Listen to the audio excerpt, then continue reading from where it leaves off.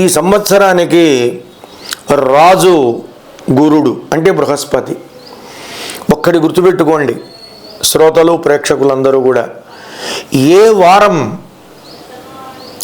మనకి ఉగాది వస్తుందో అంటే సంవత్సరాది ప్రారంభమవుతుందో, నూతన సంవత్సరం ప్రారంభమవుతుందో, ఆ వారము యొక్క అధిపతి ఎవరో ఆయనే రాజవుతాడు. ఇవాళ రోజు గురువారం కాబట్టి, గురువారానికి గురుడు కాబట్టి, ఇవాళే సంవత్సరం ప్రారంభమైంది కాబట్టి ఈయన సంవత్సరానికి రాజు గురుడు. అదే ఆదివారం వచ్చిందనుకోండి రవివారం రవి, అదే మంగళవారం వచ్చిందనుకోండి కుజుడు. దీన్ని బట్టి తేలికగా మనం తెలుసుకోవచ్చు.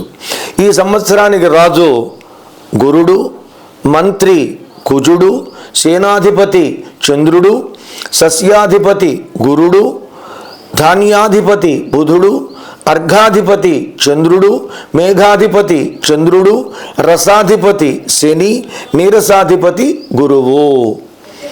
మొత్తం 9 మంది నాయకులు.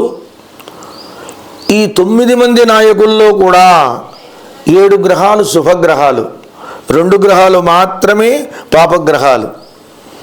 అందువల్ల ఈ శుభాధిక్యం ఎక్కువ ఉండటం వల్ల మంచి బాగా జరిగేటువంటి అవకాశం ఎక్కువగా ఉంది. అయితే నాయకులు 9 మంది అయితే ఉపనాయకులు 21 మంది. వీరిలో కూడా 16 మంది శుభులు, 5 మాత్రమే పాపులు.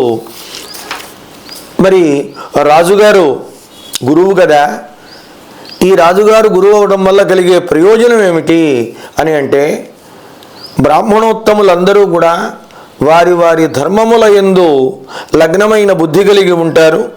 మంచి మార్గంలో ప్రజలు ఉంటారు. మంచి మార్గంలో ప్రజలు ఉండటమే కాదు, ముఖ్యంగా అధికారులు రాజులు ఉంటారు. ఈనాడు రాజులు ఎవరూ లేరు. అంటే అధికారులు ముఖ్యమంత్రి కావచ్చు, అలాగే ఉప ముఖ్యమంత్రి కావచ్చు, ప్రధానమంత్రి కావచ్చు, వాళ్ళందరూ కూడా చక్కగా నీతి కోవిదులై మంచి మార్గంలో తాము నడుస్తూ ప్రజల్ని నడిపిస్తారు. చక్కగా సుభిక్షంగా ఉంటుంది దేశం, ఆరోగ్యవంతంగా ఉంటారు ప్రజలు, చక్కని వర్షాలు పడతాయి. కారణం ఏమిటి? బృహస్పతి ఈ సంవత్సరానికి రాజు కావటం.